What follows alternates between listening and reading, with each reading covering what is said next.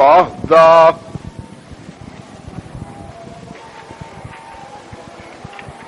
الذين هم مفاتيح الرحمة ومصابيح الغرر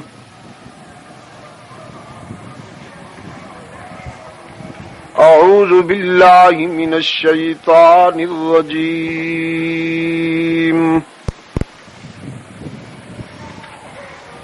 بسم الله الرحمن الرحيم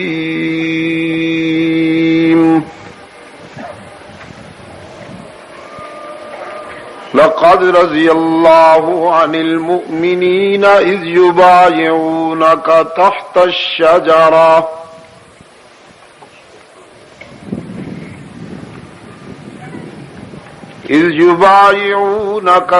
الشجرة فعلم ما في قلوبهم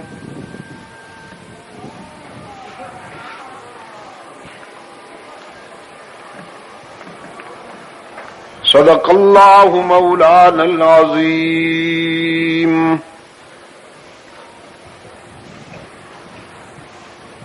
وصدق رسوله النبي الأمي الكريم ونحن على ذلك لمن الشاهدين والشاكرين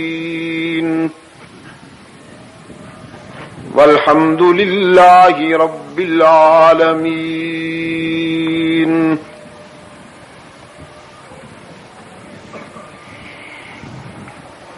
صدر اجلاس ارباب علم و دانش، محترم بزرگوں اور عزیز دوستو،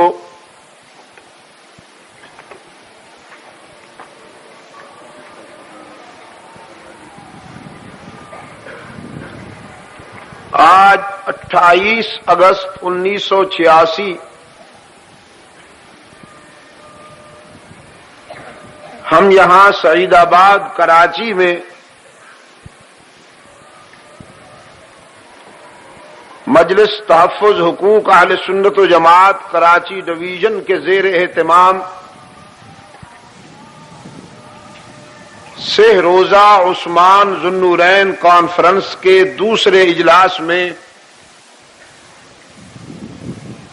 دعوت و تبلیغ کی نسبت سے جمع ہیں.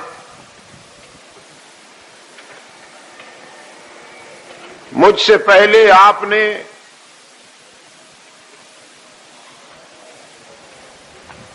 امام اہل سنت حضرت دین پوری مدظلہ کی بڑی فکر انگیز باتیں سماعت فرمائی ہیں.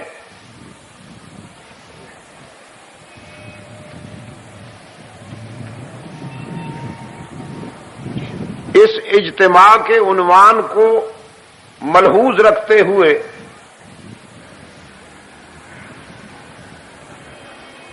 کتاب اللہ سے جو حصہ ابھی ابھی آپ کے سامنے تلاوت کیا گیا،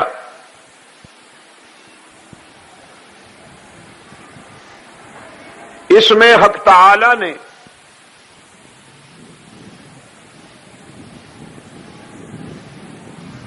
اسلامی تاریخ کے دور اساسی میں پیش آنے والے ایک یادگار واقعے کی طرف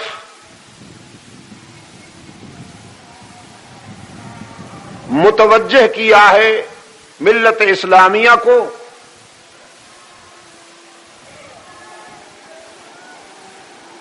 اور وہ واقعہ ہے بیعت رضوان کا،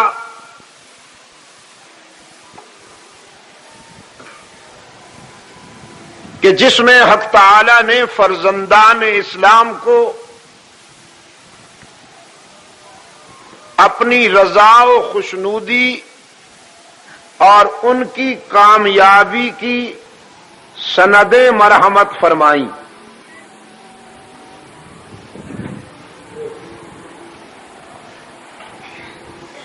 یہ ہجرت کا 6واں سال تھا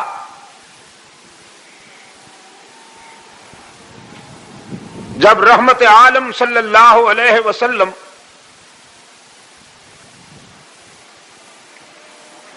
بیت اللہ کی زیارت کے ارادہ سے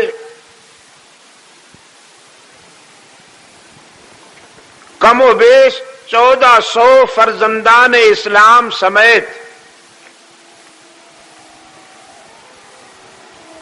مدینہ طیبہ سے مکہ مکرمہ کی طرف روانہ ہوئے،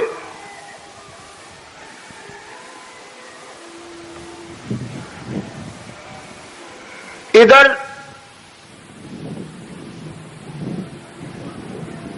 مکہ کی لیڈرشپ نے اسلام کے قائد اعظم صلی اللہ علیہ وسلم کی متوقع آمد کو ملحوظ رکھتے ہوئے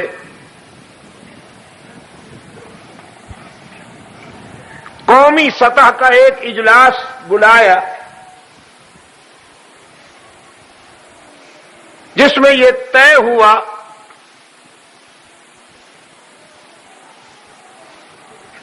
کہ مسلمانوں اور ان کے قائد کو کسی صورت میں مکہ میں داخل نہیں ہونے دیا جائے گا۔ گویا جدید اصطلاح میں اگر میں عرض کروں تو یہ ہوگا کہ مکہ والوں نے اللہ کے رسول کی داخلہ بندی کر دی۔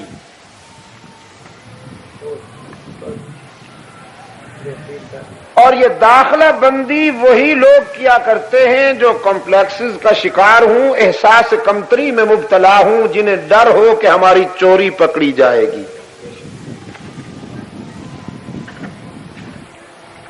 یہ کانفیڈنس کا رزلٹ نہیں ہے، جنہیں اپنے موقف پر اعتماد ہو، جنہیں اپنی سوچ پر اعتماد ہو، وہ کبھی اس طرح کی حرکتیں نہیں کرتے۔ احساس کمتری کے بیمار عموماً اس طرح کے حربے ہر دور میں استعمال کرتے ہیں۔ اللہ کے رسول صلی اللہ علیہ وسلم کو اطلاع ہوئی کہ مکہ والوں نے آپ کا داخلہ بند کر دیا ہے۔ رحمت عالم صلی اللہ علیہ وسلم مکہ سے قریب تر حدیبیہ نام کی وادی میں رونق افروز ہوئے، اور یہیں سے آپ صلی اللہ علیہ وسلم نے فیصلہ فرمایا کہ ایک سفارتی مشن مکہ بھیجا جائے تاکہ انہیں یہ بتایا جائے کہ ہم جنگ کرنے کے لیے نہیں آئے بلکہ بیت اللہ کی زیارت کے لیے آئے ہیں، طواف کے لیے آئے ہیں۔ تمہیں ڈرنا نہیں چاہیے اور اپنے اس فیصلے پر نظر ثانی کرنی چاہیے کہ ہم مکہ میں داخل نہ ہوں۔ سفیر بنا کر کسے بھیجا جائے، اس کے لیے اللہ کے رسول صلی اللہ علیہ وسلم کی نگاہ انتخاب ابن خطاب پر پڑی۔ فاروق اعظم رضی اللہ تعالی عنہ کو اللہ کے رسول صلی اللہ علیہ وسلم نے ارشاد فرمایا کہ عمر، کیا تم اس کے لیے موزوں نہیں ہو کہ مکہ جاؤ اور ان سے یہ بات پہنچاؤ کہ ہم لڑنے کے لیے نہیں آئے، بیت اللہ کا طواف کرنے کے لیے آئے ہیں۔ فاروق اعظم رضی اللہ تعالی عنہ کھڑے ہو گئے اور اللہ کے رسول صلی اللہ علیہ وسلم کی خدمت میں عرض کیا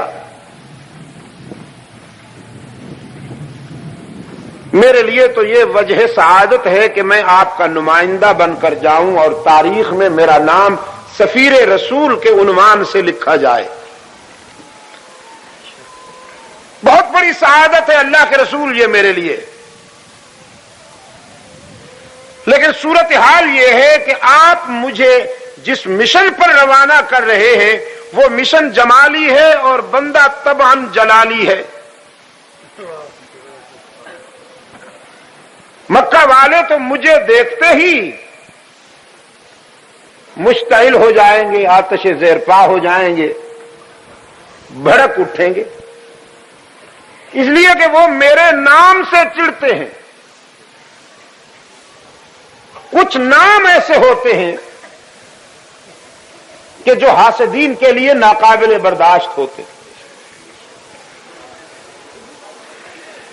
اور اس مرد نر کے لیے تو اللہ کے رسول صلی اللہ علیہ وسلم نے یہ ارشاد فرمایا. عمر کا نام آتے ہی ابلیس اینڈ کمپنی لمیٹڈ کے حلقوں میں صف ماتم بچ جاتی ہے.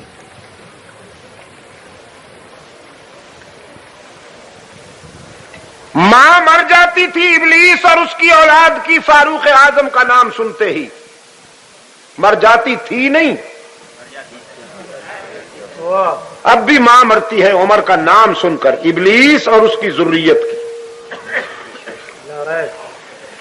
اور اللہ کے رسول صلی اللہ علیہ وسلم نے فرمایا ابلیس اور عمر ایک راستے پر کبھی جمع نہیں ہو سکتے، امپاسبل. عمر اور ابلیس ایک راستے پر کبھی جمع نہیں ہو سکتے.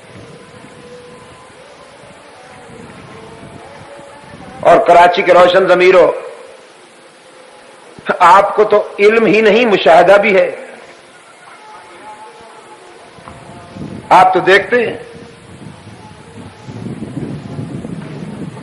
کہ ابلیس اور عمر کبھی ایک راستے پر جمع نہیں ہوتے. فاروق اعظم رضی اللہ تعالی عنہ نے عرض کیا اللہ کے رسول یہ کل کی بات ہے، ماضی قریب کی بات ہے.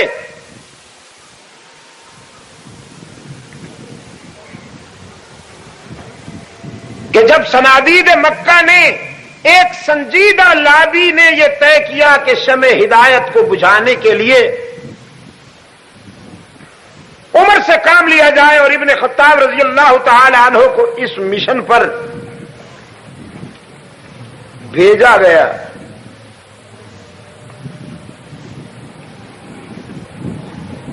شمع ہدایت کو بجھانے کے لیے بھیجا گیا، لیکن تقدیر نے عمر کو اسی شمع کا پروانہ بنا دیا. دار ارقم میں اللہ کے رسول صلی اللہ علیہ وسلم نظر بندی کا زمانہ گزار رہے تھے. یہ نظر بند ہونا بھی ایک مقصد کے لیے نظر بند ہونا انبیاء کی سنت ہے.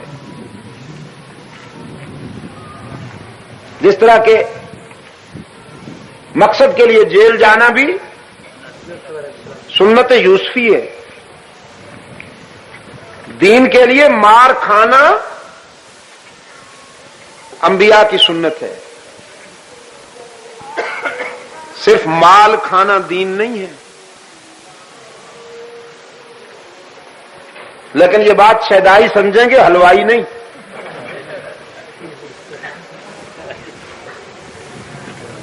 اور میری خوش نصیبی یہ ہے، میری خوش قسمتی یہ ہے کہ میرے مخاطب جو ہیں، میرے سامعین جو ہیں، میرے جو دوست ہیں، میری جو برادری ہے، یہ شیدائیوں کی ہے، حلوائیوں کی ویسے بھی نہیں بن آئی. اللہ انہیں خوش رکھے. نظر بندی کا زمانہ گزار رہے تھے اللہ کے رسول صلی اللہ علیہ وسلم. فاروق اعظم رضی اللہ تعالی عنہ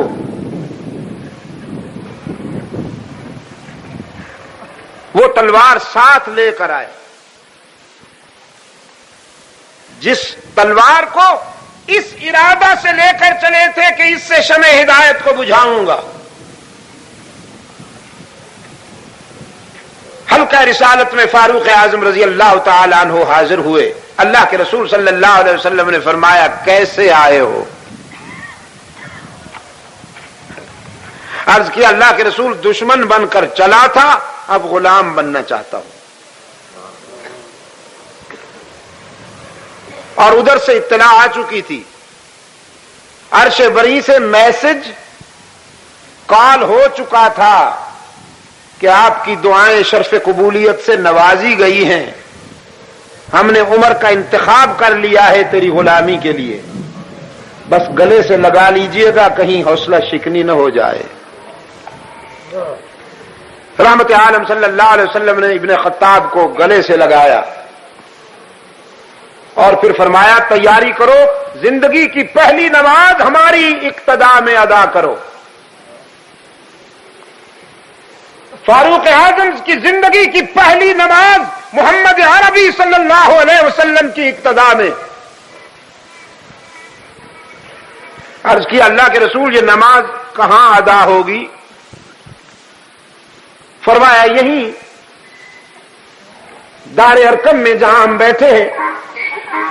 فرمایا دار ارقم میں نمازیں کیوں ادا کی جائیں؟ اللہ کی نماز اللہ کے گھر میں کیوں نہ ادا کی جائے؟ وہ کون سی طاقت ہے جو اللہ کے محبوب کو اللہ کے گھر میں نماز ادا کرنے سے روکتی ہے؟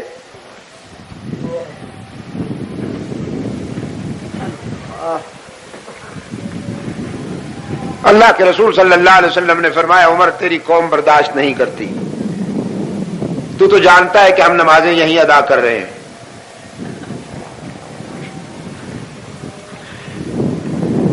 یہ ظرف ہے اللہ کے رسول کا، تانا نہیں دیا. اصل میں بڑی رکاوٹ یہی تھے جو اب رضاکار بن کے آئے ہوئے تھے، تلوار لے کر گلیوں میں گھومتے تھے کہ خبردار اگر کسی نے بیت اللہ کا رخ کیا تو بچ کے نہیں جائے گا. لیکن تانا نہیں دیا اللہ کے رسول صلی اللہ علیہ وسلم نے کہ جب شرمندہ ہو کے قدموں میں آ گئے ہیں تو اب تانا دینا کچھ شان رحمت کے مناسب نہیں معلوم ہوتا. وہ سامنے جب آ گئے تو سب گلے جاتے رہے. فرمایا تیری قوم گوارا نہیں کرتی. فاروق اعظم رضی اللہ تعالی عنہ نے عرض کیا اللہ کے رسول ابھی دیکھتا ہوں قوم کو بھی اور قوم کے فیصلوں کو بھی. میں نہیں آیا تھا تو نمازیں دار ارقم میں ہو رہی تھی، اب آ گیا ہوں تو بھی نمازیں دار ارقم میں ہوں، تو پھر میرے آنے اور نہ آنے میں کیا فرق؟ میں چلتا ہوں، آپ تیاری کیجئے. اور چوری چھپے نہیں جاتے. میں جا کے پہلے اعلان کرتا ہوں کہ میرا قائد آ رہا ہے. دیکھتا ہوں وہ کون سی طاقت ہے جو آپ کے راستے میں رکاوٹ بنتی ہے. صفا کی بلندی پہ کھڑے ہو کر فاروق اعظم رضی اللہ تعالی عنہ نے صنادید کفر کا نام لے لے کر پکارے. خان بہادر ابو جہل کا نام لیا،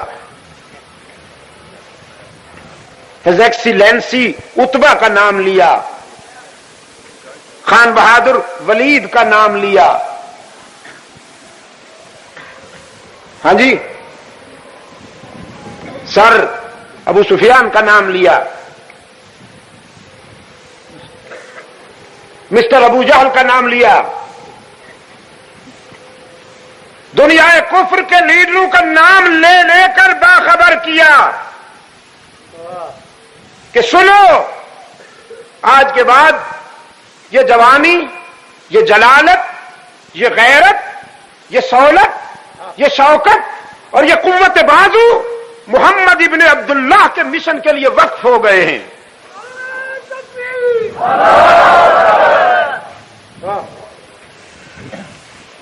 تم نے میرا انکار دیکھا تھا، اب اقرار دیکھنا. تم نے میرا بگڑنا دیکھا تھا، اب سنورنا دیکھنا. تم نے میری بغاوت دیکھی تھی، اب محمد عربی کی اطاعت دیکھنا. اسلام سے تم نے میری عداوت دیکھی تھی، اب محبت دیکھنا، اور ہاں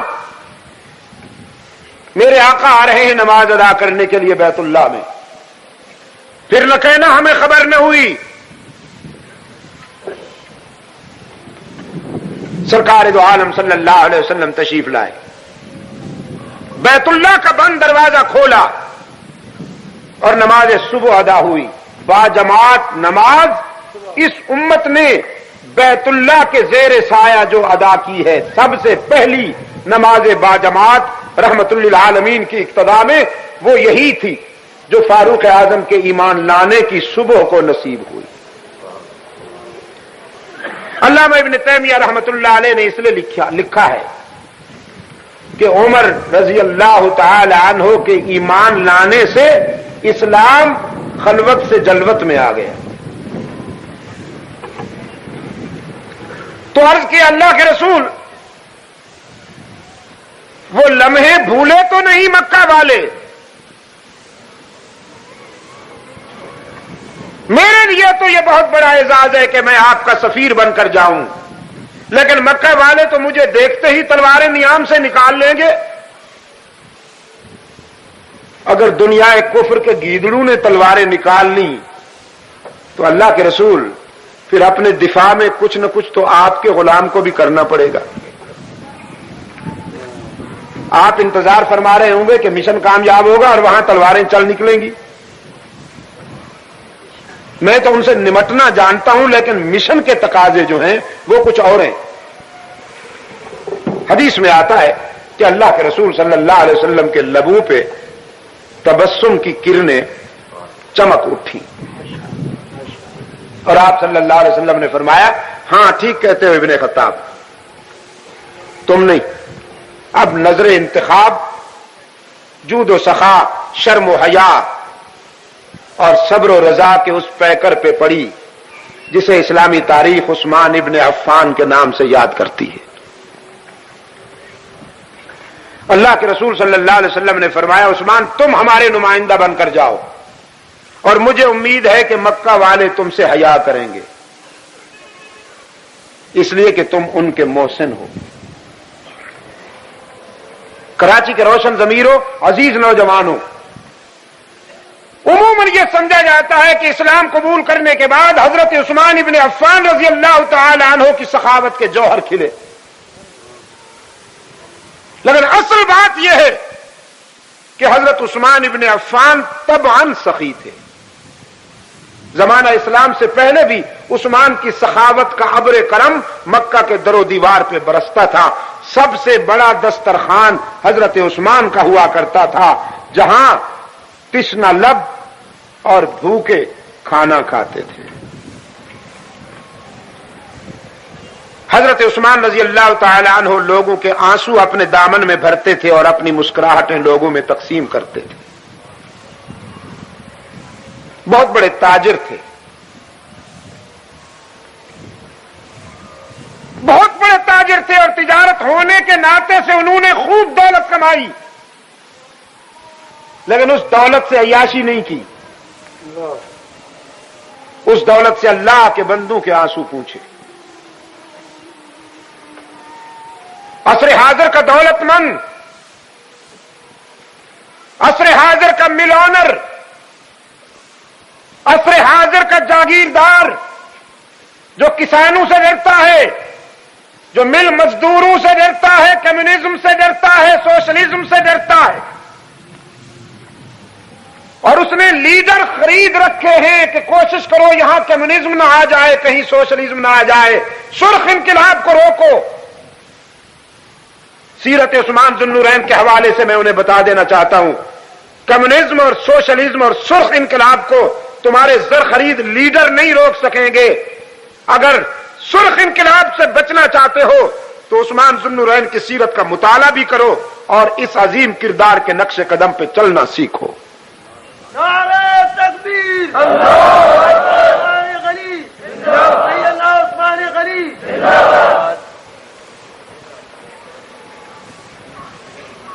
دولت پہ کالا ناگ بن کر نہ بیٹھ جاؤ،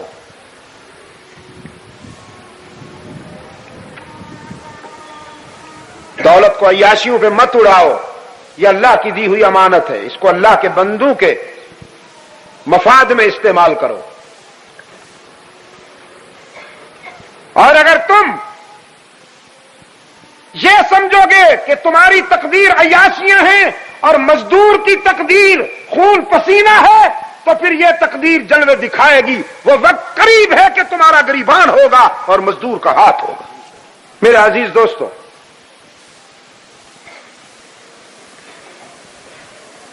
حضرت عثمان ابن عفان رضی اللہ تعالی عنہ کی یہی جود و سخا کی ادائیں تھیں کہ وہ اس قدر مقبولیت کے حامل تھے کہ عرب کی مائیں جب اپنے بچوں کو لوریاں دیتی سلاتے وقت تو ممتا کی مد بھری آواز میں کہتی، سو جا میرے لال، میں تو تجھ سے اس طرح محبت کرتی ہوں جیسے قریش عثمان ابن عفان سے محبت کرتے ہیں۔ حضرت عثمان ابن عفان رضی اللہ تعالی عنہ سفیر رسول بن کر مکہ میں تشریف لائے تو مکہ کی آبادی کھچ کھچ کر حضرت عثمان رضی اللہ تعالی عنہ کے ارد گرد جمع ہوئی، یہ سننے کے لیے کہ آج عثمان کیا چاہتے ہیں، ان کی ڈیمانڈ کیا ہے۔ لوگ جمع ہو گئے۔ حضرت عثمان رضی اللہ تعالی عنہ نے فرمایا، میں اپنے آقا کا نمائندہ بن کے آیا ہوں، رسول عربی صلی اللہ علیہ وسلم کا پیغام لایا ہوں، اور وہ پیغام یہ ہے کہ تمہیں ڈرنے کی ضرورت نہیں، ہمارا یہ کوئی سیاسی سفر نہیں ہے، خالصتاً دینی اور بیت اللہ کی زیارت کے لیے سفر ہے۔ یہ تم نے داخلہ کیوں بند کر دیا ہے اللہ کے رسول صلی اللہ علیہ وسلم کا؟ مکہ والے کہنے لگے، عثمان ہمارے قومی اجلاس میں یہ فیصلہ ہو چکا ہے اور یہ فیصلہ ناقابل ترمیم ہے، محمد اور اس کے رضاکاروں کو داخل ہونے کی اجازت نہیں، صلی اللہ علیہ وسلم الف مرہ بعدد کل ذرہ۔ ہاں تم چاہو تو بیت اللہ کا طواف کر سکتے ہو، تمہارے لیے ہم یہ گنجائش نکالتے ہیں۔ حضرت عثمان رضی اللہ تعالی عنہ نے فرمایا، قبلہ تم مجھے دکھا رہے ہو لیکن میرا قبلہ نما حدیبیہ میں بیٹھا ہے، وہ دل کہاں سے لاؤں کہ ان کے بغیر بیت اللہ کا طواف کروں؟ مکہ والوں نے حضرت عثمان کے اس جواب کو اپنی توہین سمجھا کہ ہماری پیشکش انہوں نے مسترد کر دی۔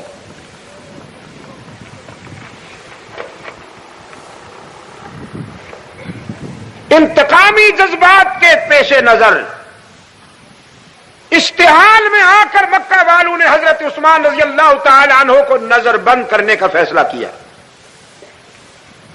اور اس کے ساتھ ہی یہ افواہ اڑا دی کہ عثمان قتل کر دیے گئے ہیں، تاکہ یہ معلوم ہو سکے جو عثمان اپنے نبی کے بغیر بیت اللہ کا طواف نہیں کرنا چاہتا، ذرا ہم دیکھیں تو صحیح کہ اس عثمان کی نبی کے حلقے میں کیا قیمت ہے، کہ جب ان کے قتل کی افواہ وہاں تک پہنچتی ہے تو نبی کا رد عمل کیا ہے۔ ان عثمان قد قتل، ان عثمان قد قتل، ان عثمان قد قتل کی افواہیں اور آوازیں بلند ہوئیں، حلقہ رسالت تک بھی یہ آواز پہنچی۔ اللہ کے رسول صلی اللہ علیہ وسلم حزن و ملال کا پیکر بن کر صحابہ سے مخاطب ہوئے۔ صحابہ کرام رضوان اللہ علیہم اجمعین کو جمع کر کے فرمایا، تم نے سن لیا ہے کہ مکہ والوں نے تمام سفارتی اور اخلاقی حدود کو پامال کرتے ہوئے ہمارے سفیر کو قتل کر دیا ہے، اور میں نے یہ فیصلہ کیا ہے کہ اس وقت تک مدینہ نہیں جاؤں گا جب تک کہ عثمان کے خون کا بدلہ نہیں لے لیا جائے گا، چاہے اس مہم میں میری جان ہی کیوں نہ چلی جائے۔ کراچی کے دوستو، سعید آباد کے روشن ضمیروں، انسانی تاریخ میں یہ منفرد اعزاز ہے جو عثمان ابن عفان کو حاصل ہوا۔ سوائے عثمان کے کسی اور انسان کے حصے میں یہ اعزاز نہیں آیا کہ جن کے خون کا بدلہ لینے کے لیے اللہ کے نبی نے اپنے جان داؤ پہ لگانے کا اعلان کیا ہو۔ صرف عثمان ابن عفان ہے جس کے خون کا بدلہ لینے کے لیے اللہ کے نبی نے اپنی جان داؤ پہ لگانے کا اعلان کیا، اور نبی بھی امام الانبیاء والمرسلین محمد عربی صلی اللہ علیہ وسلم جیسا۔ میرے عزیز دوستو، شاہ جی رحمت اللہ علیہ ایک جگہ پنجاب میں تقریر فرما رہے تھے، موسلا دھار بارش ہو گئی، لوگ ذرا ہلنے لگے،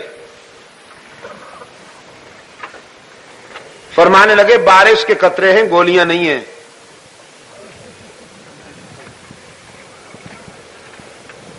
اور میری تقریر سننے کے لیے آؤ گے تو تمہیں تو گولیوں کا سامنا بھی کرنا پڑے گا کسی وقت۔ میرے عزیز دوستو، کیا عرض کر رہا تھا؟ صرف عثمان ابن عفان رضی اللہ تعالی عنہ کو یہ اعزاز نصیب ہوا ہے انسانی تاریخ میں کہ جن کے خون کا بدلہ لینے کے لیے اللہ کے رسول نے اپنی جان داؤ پہ لگانے کا اعلان کیا۔ یہ اعزاز بھی حضرت عثمان ابن عفان کو نصیب ہوا کہ ان کے نکاح میں اللہ کے رسول کی 2 بیٹیاں آئیں۔ عثمان کے سوا پوری انسانی تاریخ میں کسی انسان کے نکاح میں کسی نبی کی 2 بیٹیاں نہیں آئیں۔ صرف عثمان وہ منفرد انسان ہے پوری انسانی تاریخ میں جس کے نکاح میں اللہ کے رسول صلی اللہ علیہ وسلم کی 2 بیٹیاں آئیں۔ حضور نے اپنی بیٹی رقیہ ان کے نکاح میں دی، ان کا انتقال ہوا تو دوسری لخت جگر ام کلثوم ان کے نکاح میں دی، پھر ان کا انتقال ہوا، حضرت عثمان کو افسردہ دیکھ کر فرمایا عثمان اللہ نے اگر اور بھی بیٹیاں دی ہوتی تو یقین بات دیگرے وہ بھی تیرے نکاح میں دیکھ کر مجھے خوشی محسوس ہوتی۔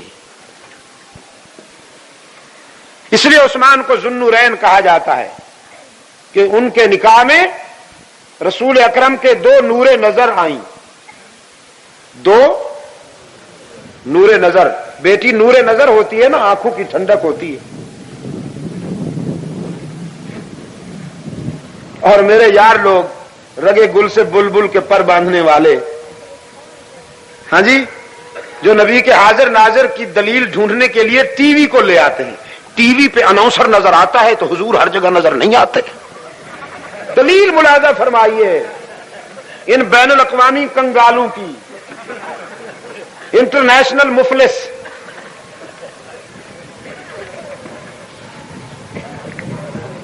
تو وہ بیچارے اپنی مقصد براری کے لیے ذوالنورین، دیکھو جی حضور کی بیٹیاں نور ہو سکتی ہیں تو حضور نور نہیں ہو سکتے؟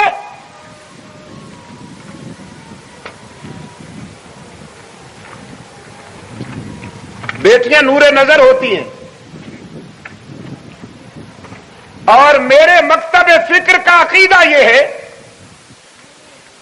کہ جنس کے اعتبار سے اگر کوئی پیغمبر کو نور کہتا ہے تو وہ نبوت کا انکار کر رہا ہے، رسالت کا انکار کر رہا ہے، اس لیے کہ کوئی نوری رسول نہیں بنا، نہ ناری رسول بنا، سب خاکی نبی بنے ہیں آدم سے لے کر محمد عربی تک۔ اولاد آدم نبی بنتی رہی ہے، نہ کسی ناری کو نبوت ملی ہے نہ کسی نوری کو نبوت ملی ہے۔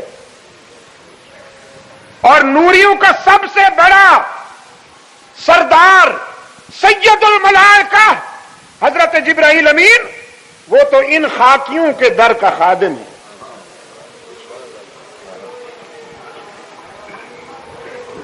اور اگر پیغمبر کے پروگرام اور آپ کے موقف کے متعلق کوئی کہتا ہے تو پھر میرے مکتب فکر کا عقیدہ یہ ہے کہ رسول اکرم صلی اللہ علیہ وسلم کے خاک پاک ذرے جو ہیں نا، نالین شریفین سے چھو جانے والے خاک کے ذرے جو اڑتے ہیں، آسمان کے ستارے ان ذروں کی تابانی کا بھی مقابلہ نہیں کر سکتے۔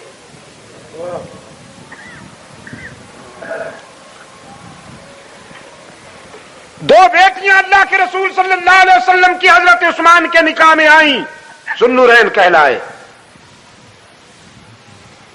پہلے حبشہ پھر مدینہ کی طرف ہجرت فرمائی، ذوالہجرتین کہلائے۔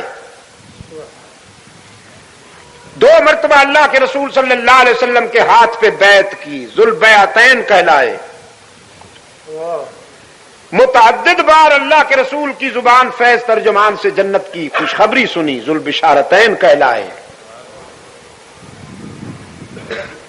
عشرہ مبشرہ میں تیسرا نمبر ہے حضرت عثمان کا جنتیوں میں۔ پھر غزوہ تبوک کی تیاری کے موقع پہ اللہ کے رسول صلی اللہ علیہ وسلم نے فرمایا، میں اعلان کرتا ہوں کہ عثمان کو دنیا کی کوئی بات جنت کے داخلے سے نہیں روک سکے گی، میرا عثمان یقینی جنتی ہے۔ اللہ کے رسول صلی اللہ علیہ وسلم کے اس ارشاد کے بعد عثمان کے جنتی ہونے میں کوئی شبہ ہے؟ سعید آباد کے بے زبانوں، تم نے جو جواب دیا صحت مند قوموں کا جواب ایسے ہوتا ہے؟ اب تو کچھ نہیں ہوتا نا، وہ وقت گزر گیا۔ اب یا تو میں پھر پوچھوں، تو چلیے پوچھ لیتا ہوں۔ اللہ کے رسول صلی اللہ علیہ وسلم نے فرمایا عثمان فی الجنہ۔ اللہ کے رسول صلی اللہ علیہ وسلم نے فرمایا ما ضر عثمان ما عمل بعد هذا اليوم۔ اللہ کے رسول صلی اللہ علیہ وسلم نے فرمایا تم میں سے جو شخص کسی جنتی کو چلتا پھرتا دیکھنا چاہے فلینظر الی عثمان، وہ میرے عثمان کی طرف دیکھ لے۔ اس ارشاد کے بعد حضرت عثمان کے جنتی ہونے میں کوئی شک ہے؟ جو دور بیٹھے ہیں ان کی جواب یہاں ذرا جلالت کے ساتھ یہاں میں محسوس کروں، عثمان کے جنتی ہونے میں کوئی شک ہے؟ نہیں۔ اور اللہ کے رسول کے اس ارشاد کے بعد جو عثمان کو جنتی نہیں سمجھتا اس کے جہنمی ہونے میں کوئی شک ہے؟ نہیں ہے۔ اور یہ دو دو ٹکے کے مورخ، پروفیشنل رائٹر، بک سیلر، کتابیں بیچنے والے، یہ بازار کی جنس، یہ تاریخ کے حوالوں سے حضرت عثمان کو خائن ثابت کرنے میں لگے ہوئے ہیں کہ سب تھے تو صحابی رسول، تھے تو داماد رسول، تھے تو بڑے اچھے آدمی، بس ذرا خیانت کا الزام لگ گیا تھا۔ مسٹر مودودی صاحب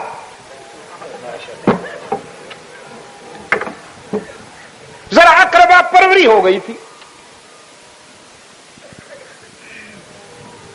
میں نے مودودی صاحب کا نام لیا، بہت سارے حضرات کی انتڑیوں میں ہلچل مچ گئی ہوگی۔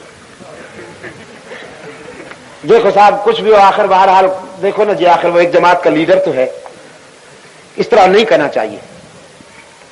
تمہاری انتڑیوں میں بل پڑا، میں نے اگر مسٹر مودودی صاحب کا نام لے لیا تو ہمیں تکلیف نہیں ہوتی جب تم عثمان کو خائن کہتے ہو،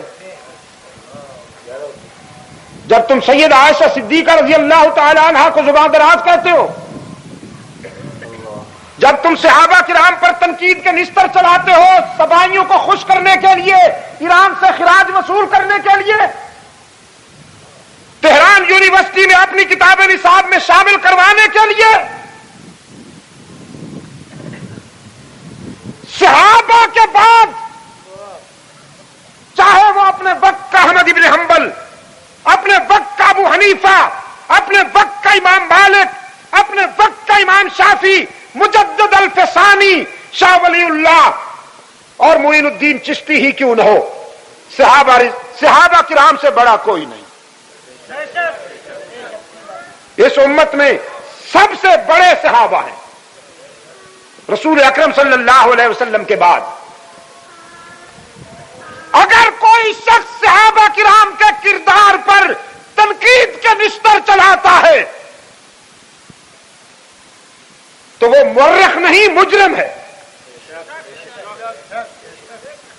میرے الفاظ امانت ہیں، یاد رکھنا انہیں۔ اگر کوئی تاریخ کے من گھڑت حوالوں کی آڑ لے کر صحابہ پر تنقید کرتا ہے اور عیب نکالتا ہے تو وہ مورخ نہیں، مجرم ہے۔ یہ تاریخ کون ہوتی ہے صحابہ کرام کے بارے میں فیصلہ کرنے والی؟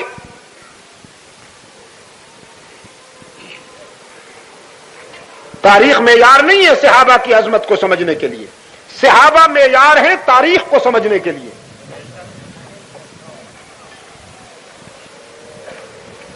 تاریخ سچی ہے یا جھوٹی؟ نہیں، میں اب ایک بات کہہ رہا ہوں، تاریخ کا یہ چیپٹر میرے سامنے ہے اور میں جاننا چاہتا ہوں کہ یہ سچی ہے یا جھوٹی ہے، تو پھر میں یہ دیکھوں گا کہ اس میں صحابہ کی تنقید ہے یا تعریف ہے۔ اگر تنقید ہے تو جھوٹی ہے، تعریف ہے تو سچی ہے۔ تو پھر معیار صحابہ ہے، تاریخ نہیں ہے۔ صحابہ کو سمجھنے کے لیے تاریخ کی طرف ہم نہیں جائیں گے، تاریخ کو سمجھنے کے لیے صحابہ کرام کی طرف دیکھیں گے، اور جو حصہ صحابہ پر تنقید کرے گا ایک لمحے کی تاخیر کیے بغیر ہم اس تاریخ کو دیوار پہ ماریں گے، لیکن صحابہ کرام میں ہم کوئی جرم اور داغ نہیں سنیں گے۔ اور اصل بات تو وہی ہے جو میں بتایا کرتا ہوں، پتہ نہیں یہاں سعید آباد کے دوستوں کو کبھی بتائی کہ نہیں، بات تو ہے جذبے کی، اندرون دل۔ یہ سینے میں ایک پوری کائنات آباد ہے، یہ دل کی دنیا بڑی وسیع ہے، احساسات، انسانی نفسیات۔ یہ ہے کہ جب کسی سے محبت ہو تو پھر اس کی خوبیاں دیکھی جاتی ہیں، اور جب کسی سے بغض ہو جائے تو پھر خوبیاں بھی خامیاں بن جاتی ہیں۔ علاقے میں ایک اللہ والا بڑا نیک تھا، نمازی تھا جی، خلیق تھا، غریبوں کے کام آتا تھا، دکھ بانٹتا تھا، کسی کو تکلیف نہیں پہنچاتا تھا، سارے لوگ اس کا احترام کرتے تھے، رسپانس ملتا تھا اسے ہر شخص کی طرف سے۔ لیکن بیوی اس کو نہیں مانتی تھی، وہ تنقید ہی کرتی رہتی تھی، بڑا اللہ والا بنا پھرتا ہے، بڑا نیک بنا پھرتا ہے، پرانا پاپی ہے، اچھی طرح جانتی ہوں تجھے، میرے سامنے ٹھیک ٹھاک ہو کے رہا کر ورنہ سارے کس بل نکال کے رکھ دیے جائیں گے تیرے۔ اور ارباب علم و دانش اگر محسوس نہ کریں میرے عزیز نوجوان، تو عرض کرتا چلا جاؤں کہ یہ تنقید جو ہے یہ ویسے بھی نسوانی ذوق ہے، مردانہ ذوق نہیں ہے۔ مرد تو میدان کے جوہر ہوتے ہیں، عورتیں بیچاری اور تو کچھ کر نہیں سکتی، گھر میں بیٹھ کر تنقید ہی کرتی رہتی ہیں۔ تو وہ تنقید کرتی رہتی تھی، بہت اچھی طرح جانتی ہوں تجھے، بڑا ولی بنتا ہے۔ وہ اللہ والا اللہ سے دعا کرتا تھا، الہ العالمین اس کوتاہ نظر کو بھی وسعت نگاہ دے کہ یہ مجھے پہچانے۔ ایک دن اللہ نے کرم کیا، اسے قوت پرواز مل گئی اور وہ اڑتا ہوا گھر کے سامنے سے گزرا۔ کچھ اور لوگوں نے بھی دیکھا، بیوی نے بھی دیکھا۔ کچھ دیر بعد جب یہ گھر آیا تو بیوی کہنے لگی، تو ولی اللہ بنتا ہے؟ ولی ہوں تو ایسے، سبحان اللہ، آج میں نے ایک شخص کو دیکھا بغیر پروں کے اڑتا ہوا جا رہا تھا، آنکھوں کو ٹھنڈک ملی، دل کو سرور ملا، سبحان اللہ، ایمان تازہ ہو گیا اسے دیکھ کر۔ وہ مظلوم کہنے لگا، اچھا دیکھا تھا اسے؟ کہا بالکل دیکھا تھا، وہ بڑا سکون نصیب ہوا۔ کہنے لگا تو پہچانا تھا اسے؟ وہ جو اڑ رہا تھا وہ کون تھا؟ کہنے لگی کون تھا؟ اس نے کہا یہ تیرا شوہر ہی تو تھا، ناچیز تھا، اور کون تھا؟ کہنے لگی اچھا تو تھا، فوراً بدل گئی، فوراً بدل گئی، کہنے لگی تو تھا نا، میں پہلے سمجھ گئی تھی یہ جو ٹیڑھا ٹیڑھا اڑ رہا ہے وہی نکھٹو ہو سکتا۔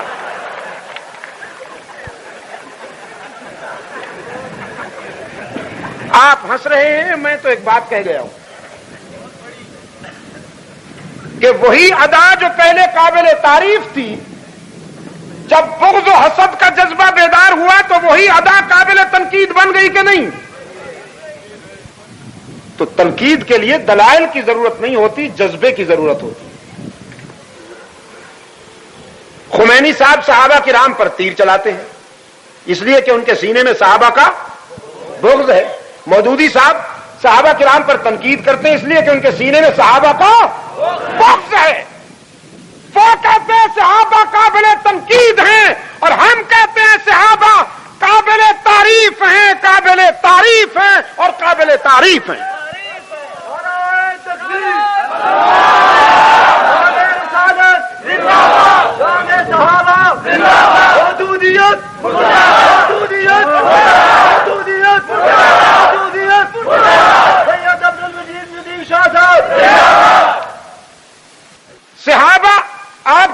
جائیے اس تصور کے تحت کہ ہو سکتا ہے یہ ہماری زندگی کی آخری رات ہو. میں آپ سے پوچھتا ہوں صحابہ قابل تنقید ہیں یا قابل تعریف ہیں؟ اور جب میں صحابہ کی بات کرتا ہوں تو اس سے مراد صرف حضرت عثمان رضی اللہ تعالی عنہ ہی نہیں. جب میں صحابہ کی بات کرتا ہوں تو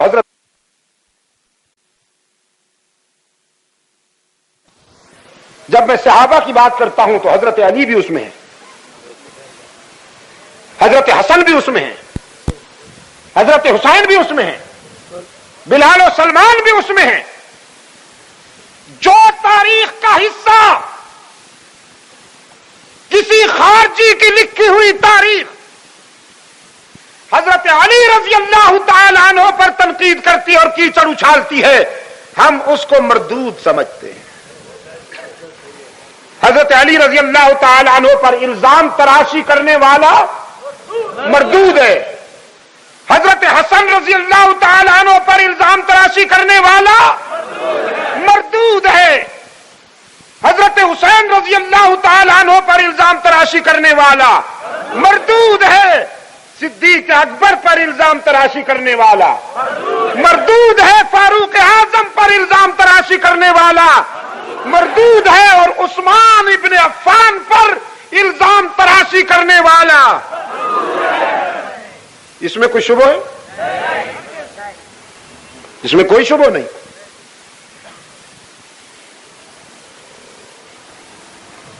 اور ایک بات اور بھی عرض کرتا جاؤں, عقائد تاریخ سے نہیں بنتے,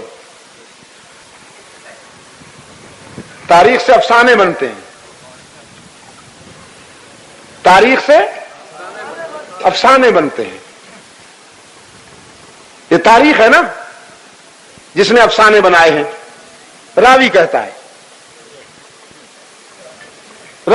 ہے کہ کربلا میں حلیم بھی بن رہی ہے, پانی بھی بند ہے. حلیم جو پک رہی تھی آنسو سے پک رہی تھی. ادھر مولوی کہتا ہے حلیم کی دیگیں پک رہی تھی. کسی نے جو پوچھا مولوی صاحب آپ حلیم کیوں کھاتے ہیں؟ بہت کھاتے ہیں آپ. فرمانے لگے کربلا میں بھی بنائی گئی تھی. ادھر حلیم بن رہی تھی, ادھر پانی بند تھا.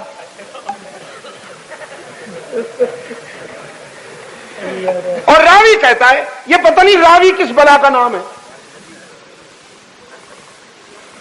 اور میں بڑے درد دل سے کہا کرتا ہوں ان دوستوں کو کہ راوی کے کنارے پہ جھونپڑے نہ بناؤ. راوی کی شان پوچھنی ہو تو پنجاب والوں سے جا کے پوچھو. راوی جب جوش میں آتا ہے تو جھونپڑے بہا کے لے جاتا ہے. پنجاب کا راوی جب کاروائیاں ڈالتا ہے تو بستیاں اجاڑ دیتا ہے. اور تاریخ کا راوی جب مہربانی کرتا ہے تو ایمان کی دنیا کو ویران کر دیتا ہے. بچیے راوی سے. تاریخ سے عقائد نہیں سنورتے, جنرل نالج ہے تاریخ. معلومات کے لیے تاریخ کو اسٹڈی کیجئے. میں آپ کو یہ نہیں کہتا کہ چھوئی موئی اختیار کر لو, مطالعہ کیجئے تاریخ کا, لیکن اپنے آپ کو پابند بنا کر نہ بیٹھو کہ جو تاریخ کہے گی اسی پر ایمان لے آئیں گے. نہیں, ایمان اس پر لائیں گے جو قرآن کہے گا اور پیغمبر کا فرمان کہے گا.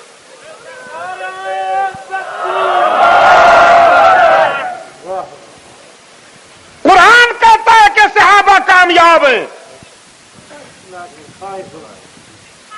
قرآن کہتا ہے کہ صحابہ کامیاب ہیں.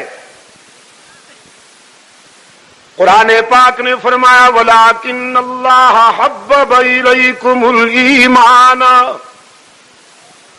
وَزَيَّنَهُ فِي قُلُوبِكُمْ وَكَرَّهَ إِلَيْكُمُ الْكُفْرَ وَالْفُسُوقَ وَالْعِصْيَانَ أُولَٰئِكَ هُمُ الرَّاشِدُونَ. یہی وہ خوش نصیب جماعت ہے محمد عربی صلی اللہ علیہ وسلم کی تیار کردہ. قرآن کریم نے فرمایا یہی وہ لوگ ہیں جن کے دلوں میں اللہ نے ایمان کے پودے لگائے، دل کی دھرتی میں ایمان کے پودے لگائے۔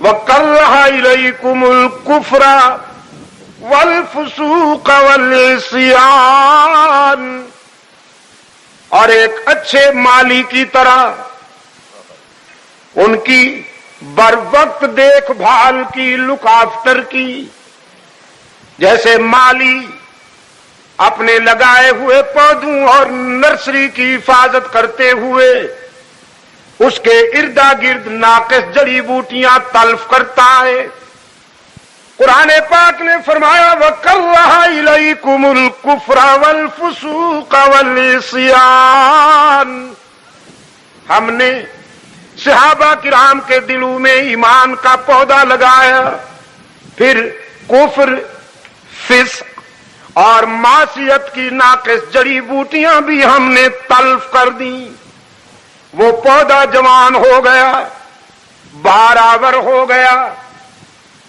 رب العالمین نے فرمایا اب ہم نے خود اس کا امتحان لیا، اولئک الذین امتحن اللہ، ہم نے اس پودے کا امتحان لیا، اور لینا بھی اللہ کو چاہیے تھا، اللہ کو امتحان لینا چاہیے تھا۔ الہ العالمین کس موضوع کا امتحان لیا؟ آنکھوں کا امتحان لیا، کانوں کا امتحان لیا، نہیں کچھ نہیں ہوگا، اب نہیں ہلیں گے، یہ اب نہیں ہلیں گے انشاءاللہ۔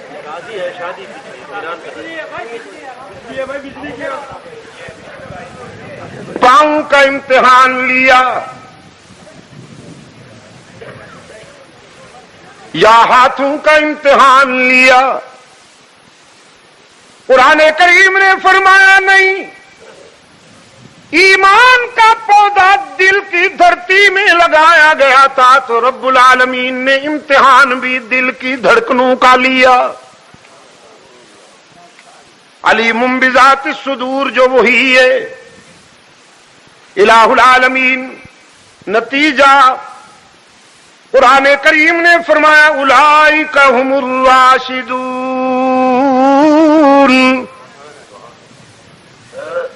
یہی تو بہت تھا، لیکن اتنے اچھے نمبر حاصل کیے جماعت رسول نے، کہیں فرمایا اولئک ھم المفلحون، کہیں ارشاد ہوا اولئک ھم المہتدون، کہیں فرمایا اولئک ھم المؤمنون حقا، کہیں فرمایا اولئک حزب اللہ، یہی ہے وہ خوش نصیب لوگ، یہی ہے سعادت مند طبقہ، یہی ہے فلاح پانے والے، یہی ہے ہدایت کا معیار، یہی وہ خوش نصیب ہیں جو فرش پر نبی کے سپاہی ہیں، عرش پر اللہ کا لشکر ہیں۔ اس دن ایک صاحب نے یہ رکا لکھا تھا جو بیان کے دوران تو میں نے پڑھا نہیں، بعد میں جب میں نے کھولا تو اس پہ لکھا ہوا تھا یہ اولئک حزب اللہ جو کہا گیا ہے، یہ وہی حزب اللہ ہے جو کیماڑی والا ہے۔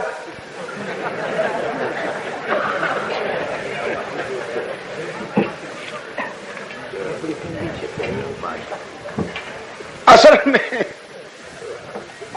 یہاں پر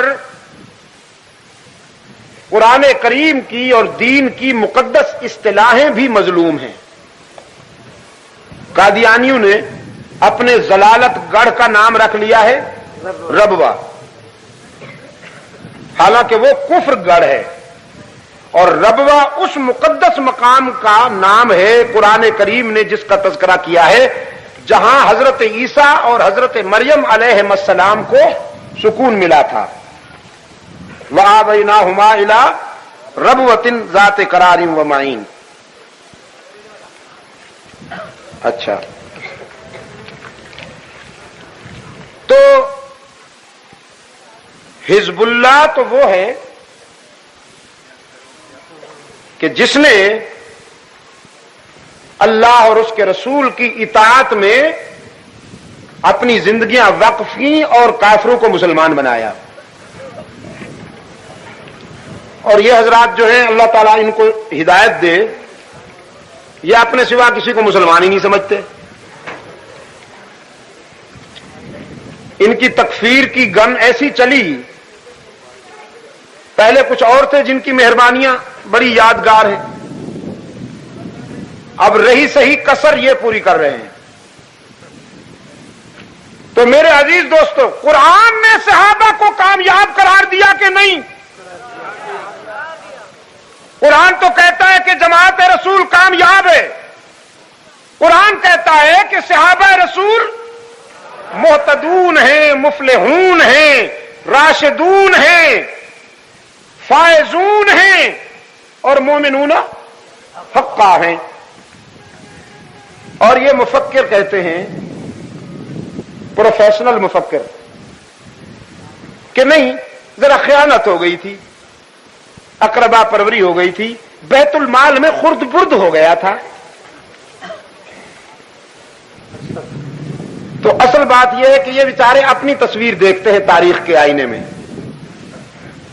تاریخ کے آئینے میں اپنی تصویر نظر آتی ہے، جب کھالے نظر آتی. قوم کی کھالیں اتارنے کے ماہر ہیں نہیں؟ ہاں جی، الخدمت الخدمت. وہ فن آتا ہے کھال اتارنے کا، قوم کی کھال اتارنے کا وہ فن آتا ہے، کوئی مقابلہ نہیں کر سکتا ان کا. میرے عزیز دوستو، تاریخ کے مٹکے میں اپنا چہرہ اس بوڑھے کی طرح جس کا پوتا روٹی کا ٹکڑا کھا رہا تھا، پیاس لگی تو مٹکے کے قریب جا پہنچا. یہاں تو مٹکا بھی چلا گیا اب بیچارہ، اب تو کولر آ گئے. فرنٹیئر میں جاتا ہوں تو وہ مٹکے دیکھتا ہوں لمبے لمبے. یہ میں لکڑی بھی ڈالوں تو شاید وہ ان کی تہ تک نہ جائے. یاد ہے؟ ہاں، سندھ میں بھی ہیں، ادھر ہزارہ ڈویژن، ادھر کوہستان کی طرف، ادھر پارا چنار کرم ایجنسی میں گئے، لمبے لمبے مٹکے. تو مٹکے میں اس نے بچے نے جھانکا پانی کے لیے، تو پانی نچلے حصے میں تھا، ذرا نیچے نیچے غور سے دیکھا تو اپنا چہرہ نظر آیا. اتنا محو ہوا اپنی تصویر دیکھ کر کے وہ روٹی کا ٹکڑا گر گیا. اب ہاتھ ڈھالا نکالنے کے لیے، وہاں تک ہاتھ بھی نہ پہنچا. دہائی دی دادا جان کی، دادا جان میرا تو ٹکڑا چھین لیا، بھیا نے میرے منہ سے ٹکڑا چھین لیا. بڑے میاں نے کہا کہاں ہے بھیا؟ بچے نے کہا یہ مٹکے میں بیٹھا. بڑے میاں کو غصہ آیا کہ میرے گھر میں آ کر کون ہے جو میرے بیٹے کے منہ سے لقمہ چھینتا ہے. جلال میں لرزتے کانپتے ہوئے تشریف لائے اور بچے سے کہا کہ کہاں ہے؟ اس نے کہا یہ مٹکے میں بیٹھا ہے. اس نے جو بچے کو ہٹا کے دیکھا تو اپنا چہرہ نظر آیا. حضرت بھی بہت بڑے مفکر تھے، کہنے لگے اچھا مٹکے میں بیٹھا ہے، جو غور سے دیکھا. کہنے لگا اما تم تو کہتے تھے بھیا یہ تو کوئی سفید ریش بوڑھا بدماش ہے، سفید داڑھی رکھی ہوئی ہے اور بچوں سے روٹیاں چھینتے ہو، تمہیں اللہ کا خوف نہیں آتا، حیا نہیں آتی؟ جیسے اس نے کیا ویسا ہی ریئیکشن ہوا تو غصے میں اٹھا کے مکہ دے مارا. آگے بولتے بھی ہو میرے سامنے. مٹکا ٹوٹ گیا اور پانی بہ گیا، نہ بھیا رہا نہ بوڑھا رہا. تاریخ کے مٹکے میں اپنا حلیہ دیکھ کر صحابہ پر خیانت کے الزام لگانے والے بدنصیبوں، موت سے پہلے توبہ کر لو ورنہ تمہارا گریبان ہوگا اور عثمان کا ہاتھ ہوگا. کہ میں نے تو اپنا سب کچھ اسلامی انقلاب پر قربان کر دیا، تم نے مجھ پہ خیانت کا الزام لگایا. مسجد نبوی کے صحن کی توسیع کا مرحلہ آیا تو عثمان ابن عفان نے 80,000 کی زمین خرید کر کے مسجد کے صحن کے لیے وقف کی. اس دور کا 80,000 اس دور کے 80 ارب سے تو کم نہیں ہو سکتا. کیوں میاں بھئی 100 روپے تولہ سونا تو ہمیں یاد ہے. 100 روپے تولہ سونا وہ تو ہمیں بھی یاد ہے. اور بزرگوں کو 1 روپے کا 1 تولہ بھی یاد ہے. بعض ایسے بھی ہیں. تو پھر آج سے 1400 سال پہلے کے جو 80,000 ہیں وہ اس دور کا کیا ہوگا؟ صحن مسجد نبوی کی توسیع میں عثمان کی دولت کام آئی. مدینہ والوں کے لیے ایک یہودی کی ملکیت میں صرف ایک ہی میٹھے پانی کا کنواں تھا جس سے پانی حاصل کرنے کے لیے ملت اسلامیہ کی بہو بیٹیاں شام تک انتظار کیا کرتی تھیں. اللہ کے رسول صلی اللہ علیہ وسلم نے فرمایا کون ہے جو یہ کنواں خرید کر کے میری امت کے لیے وقف کر دے اور مجھ سے جنت کی ٹکٹ لے؟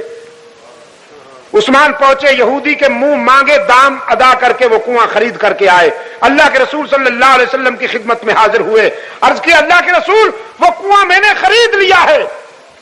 رحمت عالم صلی اللہ علیہ وسلم نے فرمایا جزاک اللہ عثمان, اب وہ آپ کی ملکیت ہو گیا تو میری امت کے لیے سہولت رہے گی. عرض کیا نہ اللہ کے رسول میں نے خریدا تو ہے, ملکیت میری نہیں ہے, اب وہ تا قیامت آپ کی امت کے لیے وقف کرتا ہوں.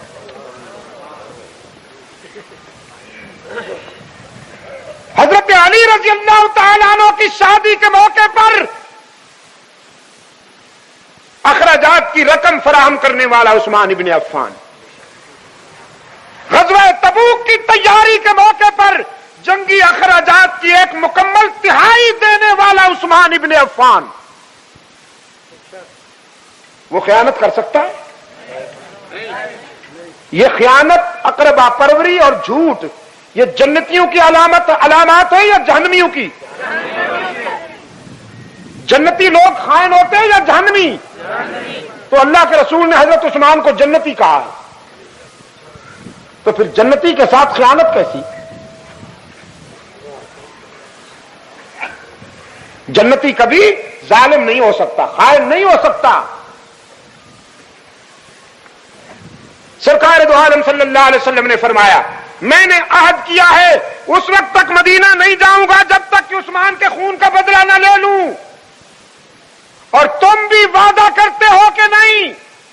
صحابہ نے عرض کیا اللہ کے رسول ہم تیار ہیں. فرمایا تو وعدہ زبانی نہیں ہوگا, آؤ میرے ہاتھ پہ بیعت کرو. بیعت ہونے لگی, تاریخ کے اوراق پہ چمک رہی ہے وہ ادا. اللہ کے رسول صلی اللہ علیہ وسلم کے شیدائیوں کی رحمت عالم صلی اللہ علیہ وسلم نے اپنا بایاں ہاتھ بچھایا, بیعت کرنے والے کا ہاتھ اوپر رکھا اور پھر اپنا دایاں ہاتھ اوپر رکھتے ہوئے فرمایا نچلا ہاتھ میرا, درمیانی ہاتھ تیرا, اور یہ دایاں ہاتھ میں اپنے ہاتھ کو عثمان کا ہاتھ قرار دیتا ہوں. تم نے میرے اور عثمان کے ہاتھ میں ہاتھ دے کر یہ وعدہ کیا ہے کہ اس وقت تک مدینہ نہیں جائیں گے جب تک کہ عثمان کے خون کا بدلہ نہیں لے لیں گے. اور کراچی کے روشن ضمیروں, عثمان کے لیے یہی نسبت بھی کوئی کم نہیں تھی کہ اللہ کے رسول نے اپنے ہاتھ کو عثمان کا ہاتھ قرار دے دیا. یہ نسبت اللہ کو اتنی پسند آئی, فرمایا ان الذین یبایعونک انما یبایعون اللہ بالیقین. جن لوگوں نے آپ کے ساتھ وعدہ کیا ہے میرے پیغمبر, ان بیعت کرنے والوں کو بتا دو کہ یہ وعدہ تو تم نے اللہ سے کر لیا. ید اللہ فوق ایدیہم, یہ اوپر والا ہاتھ تو گویا اللہ کا ہاتھ ہے. ایک اور مقام پہ فرمایا لقد رضی اللہ عن المؤمنین اذ یبایعونک تحت الشجرہ فعلم ما فی قلوبہم بالیقین. اللہ راضی ہو گیا ان اہل نظر سے، ان ایمان والوں سے جنہوں نے درخت کے سائے میں آپ سے بیعت کی۔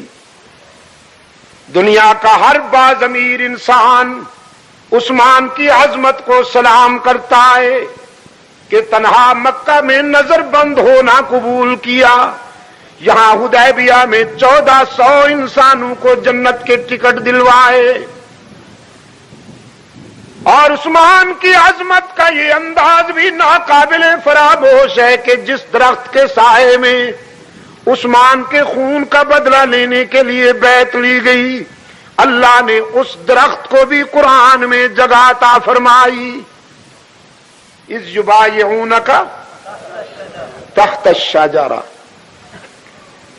بیعت ہو گئی، وعدہ ہو گیا، اللہ کی طرف سے رضا اور خوشنودی کا اعلان بھی ہو گیا۔ لقد رضی اللہ عن المؤمنین۔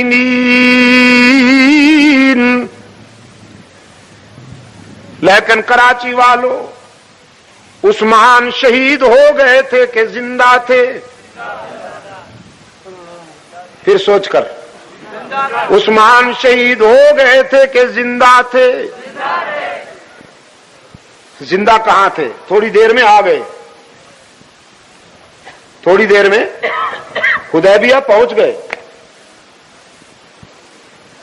صحابہ کرام میں سے کسی ایک نے بھی اللہ کے رسول صلی اللہ علیہ وسلم کی خدمت میں یہ نہیں کہا کہ عثمان تو زندہ تھے، پھر آپ بے قرار کیوں ہوئے؟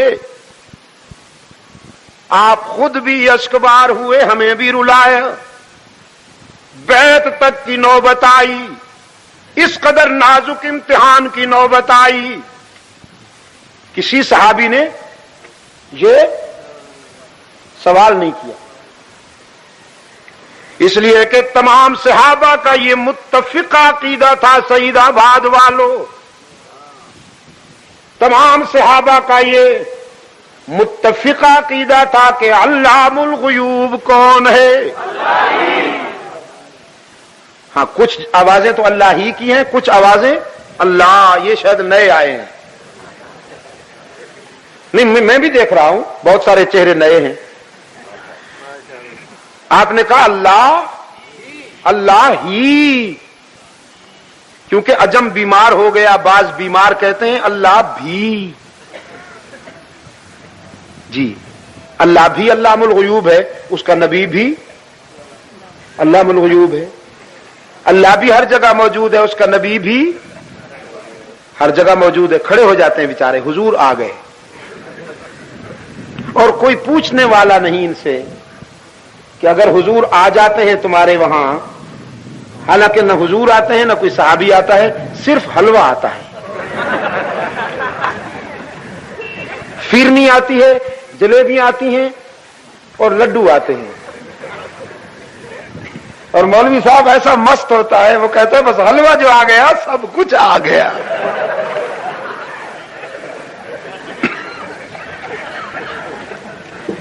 اور کہا جاتا ہے کہ صاحب حضور آ گئے۔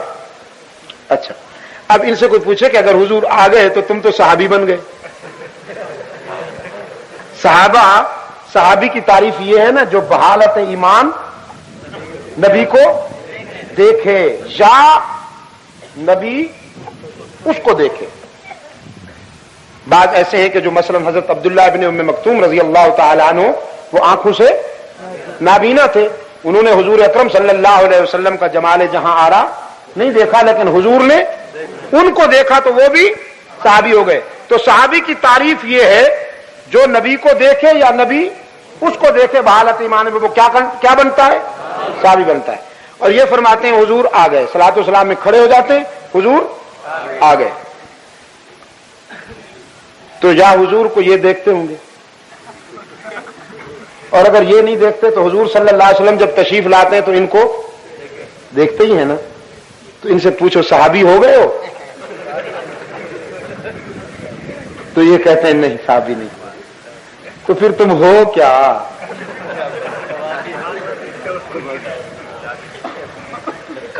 جو حضور کو دیکھے، جو حضور کو دیکھے اور حضور اس کو دیکھیں اور وہ پھر بھی صحابی نہ بنے، وہ تو ابو جہل ہوتا ہے۔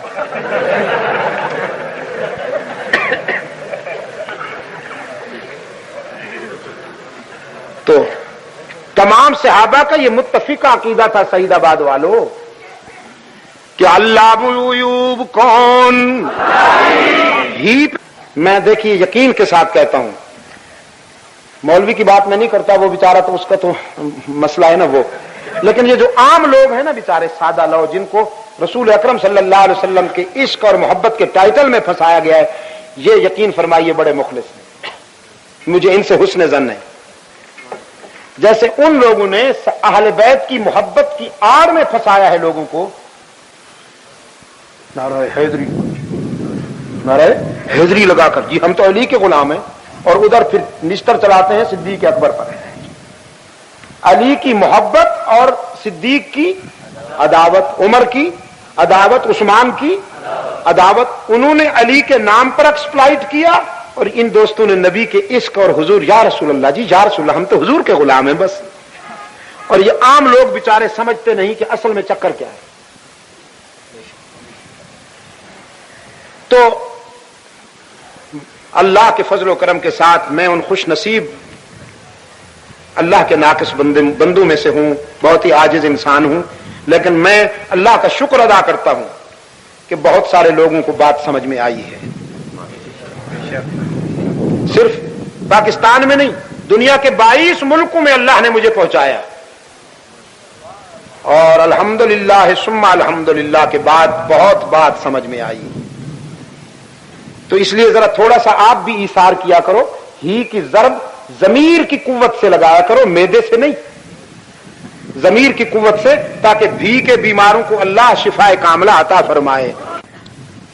صحابہ کرام کا یہ متفق عقیدہ تھا کہ علام الغیوب کون؟ ہاں جزاک اللہ۔ کارساز و دستگیر، حاجت روا، مشکل کشا، یا اللہ بھی مشکل کشا کہا کرتا ہوں اپنے دوستوں سے، اپنے ضمیر سے پوچھو نہ کبھی مشکل کشا کون ہے، تو تمہارا ضمیر بھی کہے گا مشکل کشا وہی ہوتا ہے جس پہ خود کبھی مشکل نہ آئے۔ جو خود مشکلوں میں پھنسے وہ مشکل کشا نہیں، جو خود حاجت مند ہو وہ حاجت روا نہیں۔ تو حاجت روا ہو مشکل کشا کون؟ ہر ایک کی سننے اور قبول کرنے والا کون؟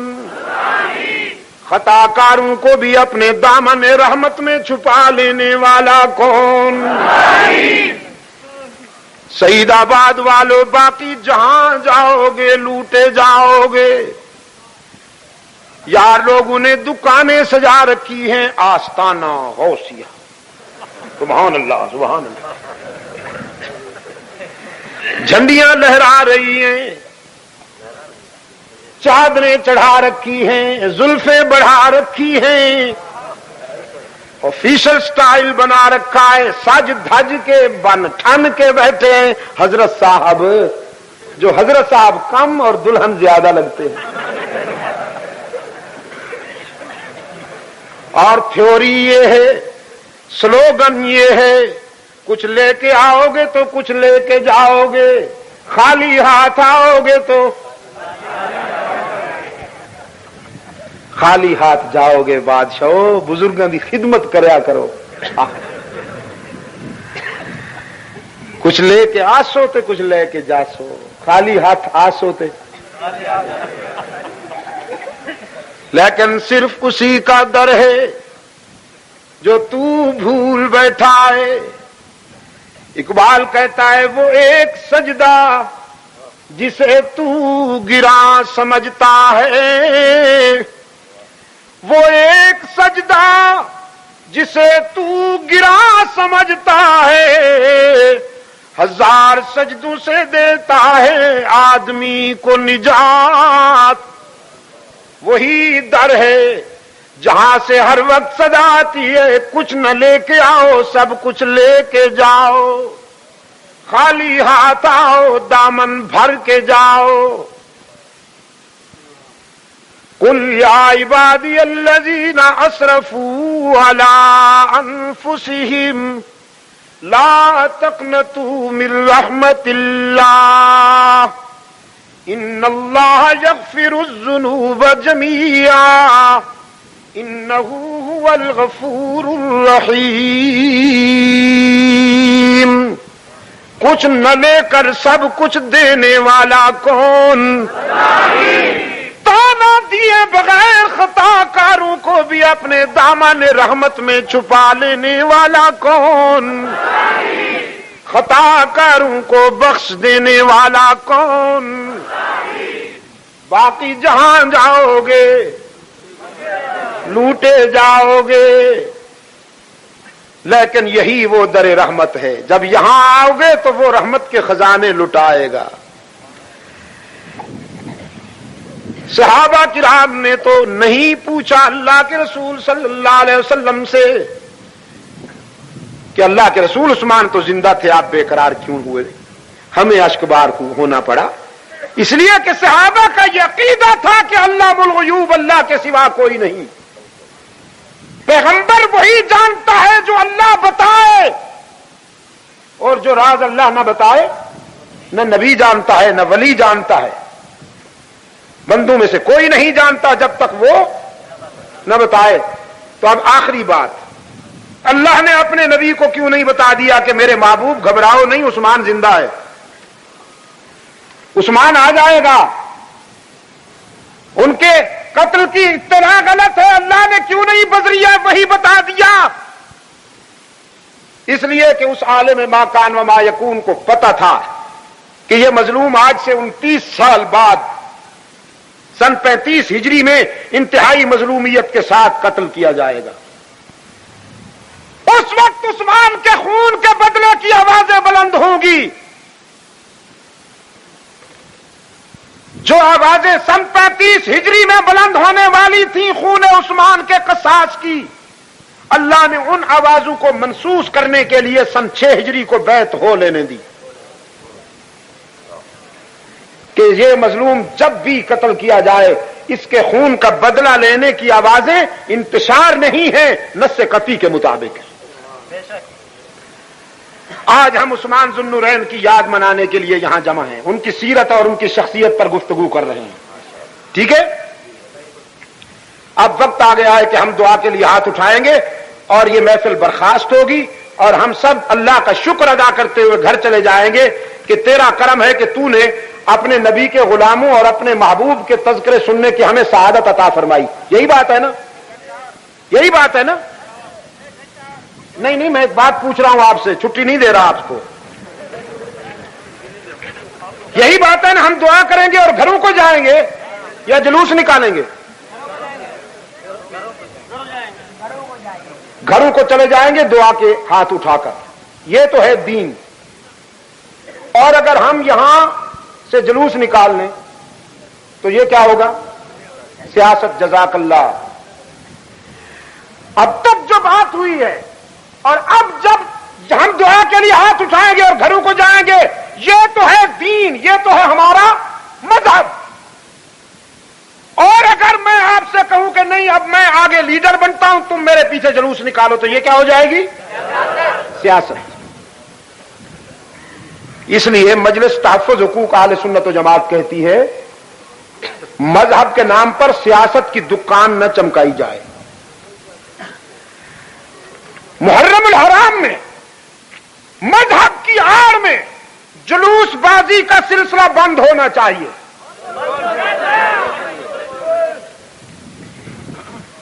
پہلے وہ بھی کہتے تھے کہ نہیں یہ ہمارا مذہب ہے، اب خمینی صاحب نے، آپ اسی کام کے لیے بیٹھے جی، خمینی صاحب نے بھی یہ لکھ دیا ہے اپنی کتاب میں کہ محرم کے جلوس ہمارے انقلاب کی روح ہیں، ہمارے انقلاب کی روح ہے محرم کے جلوسوں کو اور زیادہ منظم کرو اور مستحکم کرو. اس کا مطلب یہ ہے کہ یہ جلوس بازی اس ملک میں خمینی ازم کو لانے کے لیے کی جا رہی ہے، جو اس ملک کی واضح اکثریت کے خلاف کھلی سازش ہے. اور مجلس تحفظ حقوق اہل سنت و جماعت پورے ملک میں اپنا فرض ادا کرتے ہوئے اس ملک کی واضح اکثریت کے عقائد و نظریات کے خلاف کسی سازش کو کامیاب نہ ہونے کا عہد کر چکی ہے.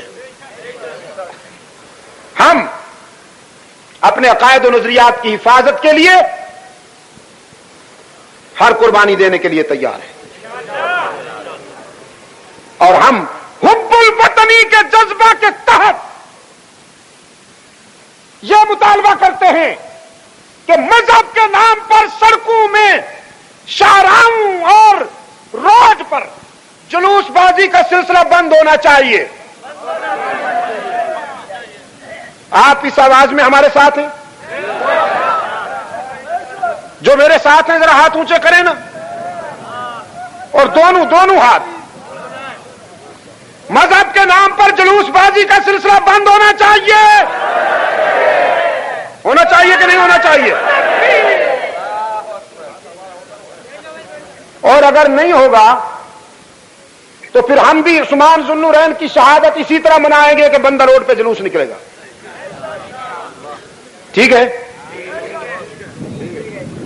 اگر ان کے ہاں جلوس نکالنا مذہب ہے تو پھر ہمارے ہاں بھی.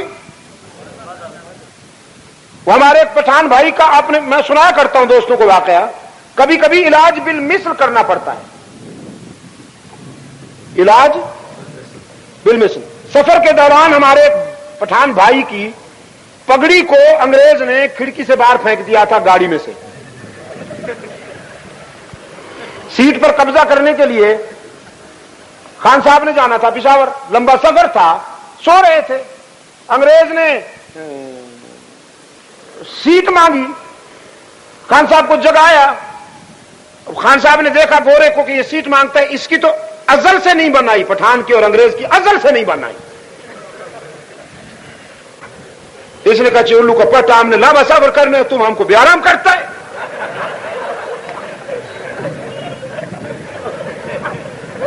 خان صاحب سو گئے. بیت الخلاء جانے کا اتفاق ہوا تو اپنی پگڑی سیٹ پر لمبی کر کے چلے گئے. انگریز بڑا مکار، وہ اسی موقع کے انتظار میں تھا کہ یہ جائے اور میں کاروائی ڈالوں. خان صاحب کے جاتے ہی انگریز نے پگڑی اٹھائی، اس کو گیند بنایا اور کھڑکی سے باہر. خان صاحب واپس آئے تو سیٹ بھی جا چکی تھی، پگڑی بھی جا چکی تھی. اب خان صاحب نے مسافروں سے کہا ہمارا پگڑی کدھر ہے؟ وہ تو سمجھ گیا بھی سیٹ پہ تو قبضہ کر لیا اس نے. گوری چمڑی والے سیاہ دل نے، تن کا گورا من کا کالا، تو مسافروں سے پوچھا ہمارا پگڑی کدھر ہے؟ مسافروں نے کہا اس نے باہر پھینکی ہے، کہیں ہمارا نہ پوسٹ مارٹم شروع کر دینا. خان صاحب نے کہا اس نے پھینکا ہے؟ لوگوں نے کہا ہاں اسی نے پھینکا. تو زنجیر کو پکڑ کر کھڑا ہو گیا. اچھی بات ہے. دوران سفر انگریز کو بیت الخلاء کی ضرورت پڑی، طلب ہوئی، بلکہ وہ جاتے جاتے اپنا ہیٹ رکھ گیا. اس کے جاتے ہی خان صاحب نے ہیٹ اٹھایا، کھڑکی سے باہر پھینکا اور حسب سابق سو گئے. انگریز واپس آیا تو دیکھا بھی اس کی تو پگڑی تھی، میرا تو بڑا قیمتی ہیٹ غائب ہے. خان صاحب سے کہا سیٹ دیتا ہے نہیں دیتا تمہارا مرضی، ہمارا ہیٹ کدھر ہے؟ اردو تو ان کی بھی، انگریز جب اردو بولتا ہے تو ایسے معلوم ہوتا ہے جیسے ابو جہل کلمہ پڑھ رہا ہو. ہمارا ہیٹ کدھر ہے خان صاحب؟ خان صاحب نے کہا آرام سے کھڑے رہو، تمہارا ہیٹ ہمارا پگڑی کو ڈھونڈنے کے واسطے گیا ہوا ہے، جب آئے گا تو بتائے گا. علاج بالمثل کرنا پڑتا ہے کبھی کبھی. اب تو ہم مطالبہ کر رہے ہیں، کہ مذہب کے نام پر یہ جلوس بازی کا سلسلہ بند ہونا چاہیے. اور اگر نہیں تو پھر اللہ کے فضل و کرم کے ساتھ ہمارے شہید بہت ہیں. ہم تو سلسلہ شروع کریں گے بدر سے، بدر سے، احد سے، بشمول یرموک، قادسیہ، مدائن، حنین، تبوک، وہ اپنا آپ کے کربلا، اور یہ سلسلہ شاملی، بالا کوٹ، یہ تو صرف محرم میں، ہم تو سال کا کوئی دن ہی خالی نہیں جانے دیں گے۔ لہذا اللہ آپ کو اور زیادہ اپنے مذہب اور اپنے عقیدے کے تحفظ کے لیے شعور نصیب فرمائے، اپنا فرض ادا کرنے کے لیے بیدار رہیے۔ تقریریں اچھی چیز ہے، لیکن تحریر بہت نازک شے ہے اس دور میں۔ تحریر نے صحابہ پر نشتر چلائے ہیں، اور یہ بھی تحریر ہے جو صحابہ کا دفاع کرتی ہے۔ میرے 12 بیانات جو انڈیا کے علماء کرام کو اللہ جزائے خیر دے، انہوں نے کیسٹوں سے لفظ بلفظ دیکھیے نا۔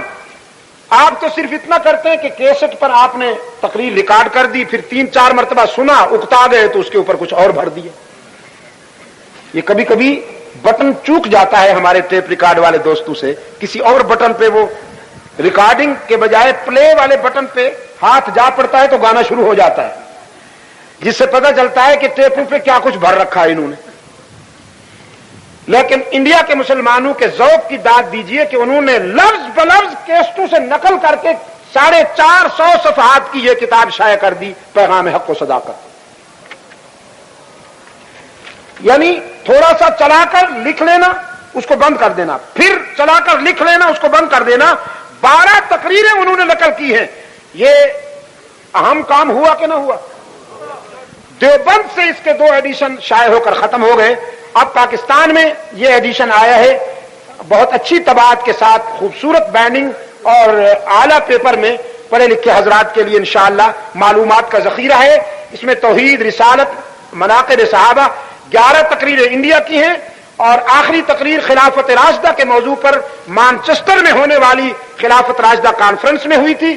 یہ پڑھے لکھے حضرات دعا کے بعد لیں، اس کا مطالعہ کریں اور اپنے بچوں کو بھی پڑھائیں۔ مجلس تحفظ حقوق اہل سنت و جماعت کراچی ڈویژن کے میں تمام دوستوں کی خدمت میں ہدیہ تبریک پیش کرتے ہوئے بلدیہ سعید آباد کے اس یونٹ کو بھی مبارکباد پیش کرتا ہوں۔ اپنے صدر اجلاس اور مجلس تحفظ حقوق اہل سنت و جماعت کے رہنما ہمارے ثوابی صاحب، حکیم خان صاحب ثوابی، جن کی تھوڑی سی باتیں سن کر مجھے بہت ہی سرور نصیب ہوا، اللہ تعالیٰ ان کو بہت ساری جزا عطا فرمائے اور طویل زندگی نصیب فرمائے، کام کی زندگی عطا فرمائے۔ میں یہاں کے مجلس کے کارکنوں کو بھی مبارکباد پیش کرتا ہوں، اور آپ تمام دوستوں کے لیے دعا گو ہوں جو دور دراز سے اس پروگرام میں تشریف لائے ہیں۔ کل انشاءاللہ اس سلسلے کا آخری پروگرام سٹیل ٹاؤن میں ہے، ظاہر ہے کہ اس میں پہنچنے والے تو اشاق ہی ہوں گے۔ اللهم صل على سيدنا ومولانا محمد النبي الأمي وعلى آله وأصحابه وبارك وسلم۔ ربنا آتنا في الدنيا حسنة وفي الآخرة حسنة وقنا عذاب النار۔ ربنا ظلمنا أنفسنا وإن لم تغفر لنا وترحمنا لنكونن من الخاسرين۔ اے اللہ عالم اسلام کی مدد فرما، مسلمان جہاں کہیں مظلوم ہیں ان کی دستگیری فرما۔ اے اللہ تمام روحانی جسمانی بیماروں کو شفاء کاملہ عطا فرما۔ الہ العالمین فلسطین کے مسلمانوں کی مدد فرما، افغانستان کے مسلمانوں کی مدد فرما، بر صغیر کے مسلمانوں کی مدد فرما، پاکستان کو قرآن و سنت پر مبنی آئین عطا فرما، دور خلافت راشدہ کے مطابق ہم سب کو منصفانہ طرز زندگی سے ہمکنار فرما۔ اے اللہ تمام روحانی جسمانی بیماروں کو شفاء عاجلہ عطا فرما، تمام روحانی جسمانی بیماروں کو اے اللہ شفاء کاملہ عطا فرما۔